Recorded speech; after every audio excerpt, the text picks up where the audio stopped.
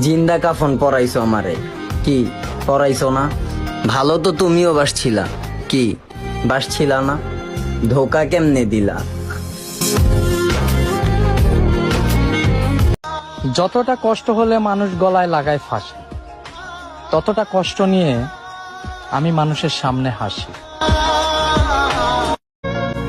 আমি তো রাখতে পারলাম না। সবসময় নিজের খেয়াল রেখো, যেখানেই থাকো, যার কাছেই থাকো, নিজেকে হাসি খুশি রেখো। তোমাকে পেয়ে গেলে দুজন একসাথে সুখে সংসার করতাম।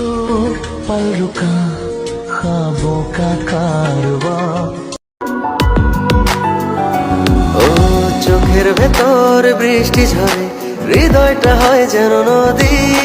তোর না থাকার এক একটা ক্ষণ ছুঁয়ে দেখতি যদি আমায়। তুমি তো মজা করছো, আর আমি ভাবছি তুমি আমাকে সত্যিই ভালোবাসো। হয়তো তারে দেখি না প্রতিদিন, কিন্তু বিশ্বাস করো, তোমার আমি ভুলতে পারবো না কোনোদিন। হয়তো তোমাকে বোঝাতে পারি না, কিন্তু সত্যি বলতে তোমাকে ছাড়া আর অন্য কাউকেই চাইনি। মায়া জিনিসটা আসলেই অনেক খারাপ, যেটা তোমার মায়া না পড়লে আমি বুঝতামই না। ভাঙ্গেই তো দিলা জীবনে দেখা সব স্বপ্নগুলা, এখন হাসমু কিভাবে? হ্যাঁ মনে পড়ে তোমার কথা, মনে পড়ে তো, কিন্তু সেটা বলমু কার কাছে? বেশি বকবক করা মানুষগুলা যদি হঠাৎ করে চুপ হয়ে যায়, তাহলে বুঝে নিও আঘাতটা খুব ভিতরেই লাগছে। তুমি এমন মানুষ কোথায় পাবা যে তোমার থেকে দূরেও থাকবে, আবার তোমাকেই ভালোবাসবে?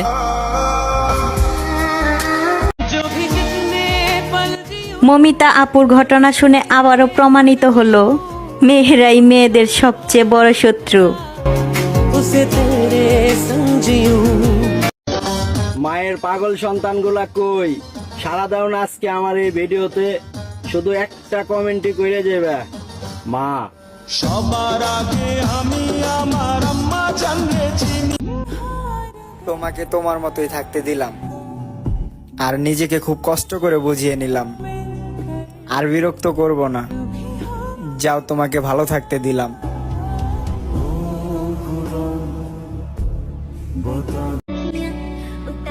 প্রথম নারী খুব শখের হয়, আর খুব কষ্টের কারণও তারাই হয়। 5টা কল ধরি নেই দেখা তুমি আমার 50টা কল কাইটা দিছো। পাখি এত অবহেলা কেমনে করো? যদি মইরা যাই কান্না করবা না তো? মনের মতো মানুষ পাইতে ভাগ্য লাগে, হয়তো সেই ভাগ্যটা আমার নাই।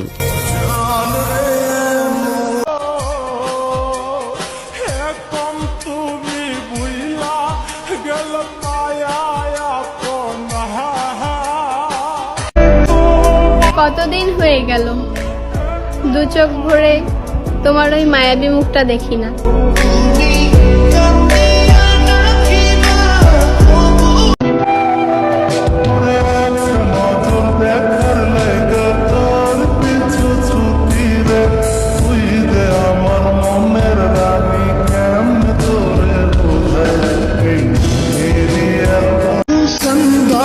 তাকে পাওয়ার অনেক চেষ্টা করছি, আসলে একতরফা চেষ্টা তো,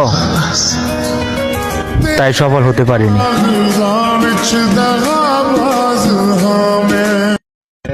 সাইরা যাবার লাগি এত বাহানা, বললেই তো পারিস আমারে এত ভালো লাগে না।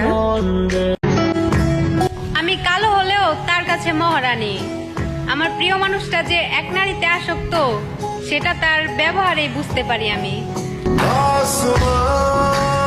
কখনো কি ভেবেছেন ভোর 4টায় মৃত্যু, সকাল 6টায় গোসল, দুপুর 1টায় জানাজার, দুপুর 2টায় দাফন? তাহলে কিসের এত অহংকার?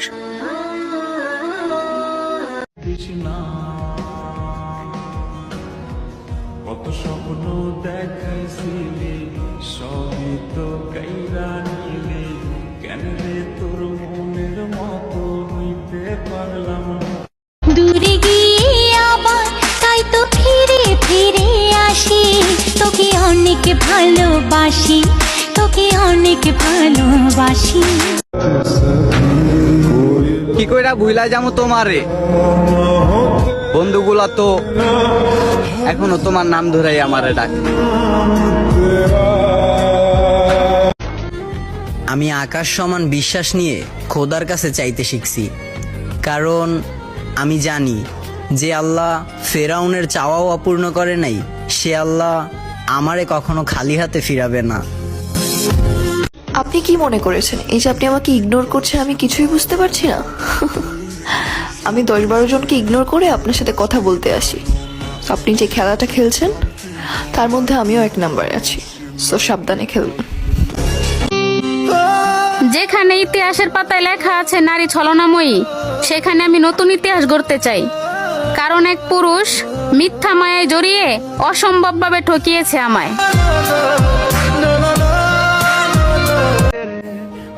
আমি তোমার সাথে কথা না বলে থাকতে পারবো না, আমি তোমার সাথে কথা না বলে থাকতে।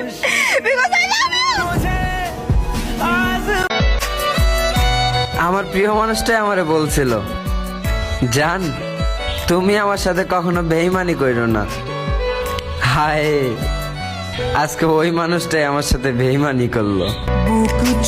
হযরত আলী রাদিয়াল্লাহু তাআলা বলেছেন, তুমি যদি কাউকে মন থেকে চাও আর সে যদি তোমাকে মূল্য না দেয়, তাহলে তাতে তার ভাগ্য খারাপ, তোমার নয়। যে ভালোবাসতে জানে সে শত খারাপ জেনেও ভালোবাসবে, কারণ শখের জিনিস ক্ষুদ্র হলেও মায়া বেশি। তোমার আমার প্রেম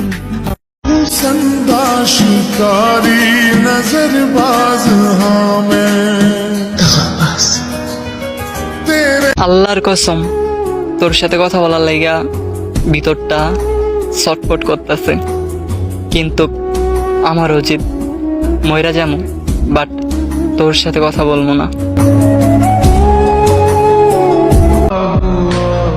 মানুষ মানুষের ওষুধ, কেউ সুখ দেয় আবার কেউ দুঃখ দেয়। ইটো হে শীতকের মিটানোস, এটা আমি তিটু মারে পিটাওয়ার লিটাইগা শীত অফ সিটাইরা দিতেছিলাম।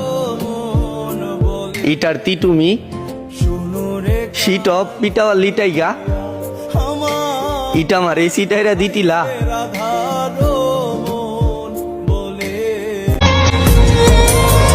জান, যদি আমি হঠাৎ করে মারা যাই, আমাকে কি তুমি দেখতে আসবা? আজকে কমেন্ট বক্সে কমেন্ট করবা তারা, এক আকাশ পরিমাণ ভালোবাসার পরেও প্রিয় মানুষটাকে হারাইছো যারা।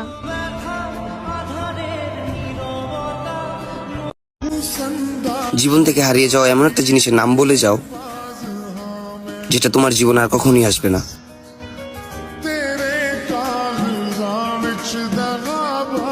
খবরদার আমার লাশের পাশে তুমি আসবা না। আমি খারাপ, তুমি পবিত্র, আমায় তুমি ছুবা না।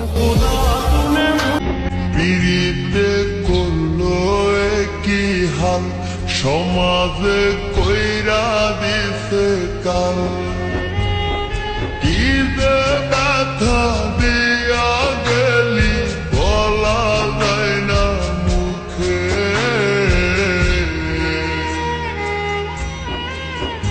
বড় নিশ্চয় আমি আর অন্য কারো হইতে পারবো না, হয়তো তুমি আর না হয় মৃত্যু।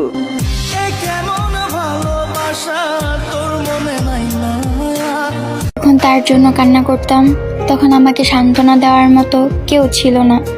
নিজেই কান্না করতাম, আবার নিজেই নিজেকে সান্ত্বনা দিতাম যে সে আমাকে কখনো ভালোবাসে না।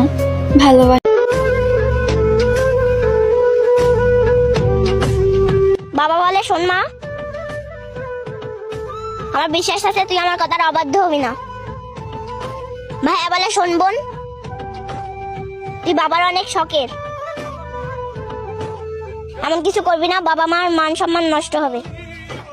মা বলে শোন, তোর বাবা তোর ভাই অনেক বিশ্বাস করে, তাদের কথার অবাধ্য হোস না। সেই আমি মেয়েটাও ভুল করে বসে আছি।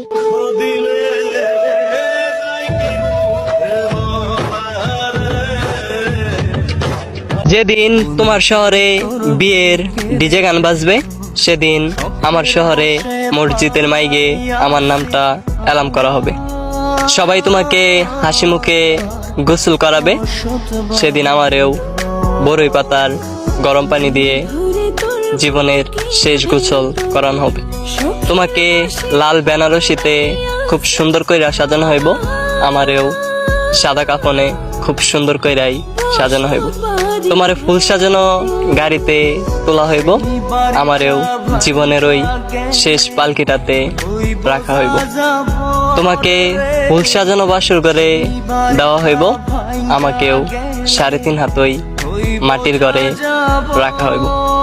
তুমি ঘুমাবে সুখের ঘুম, আমি ঘুমামু জন্মের ঘুম।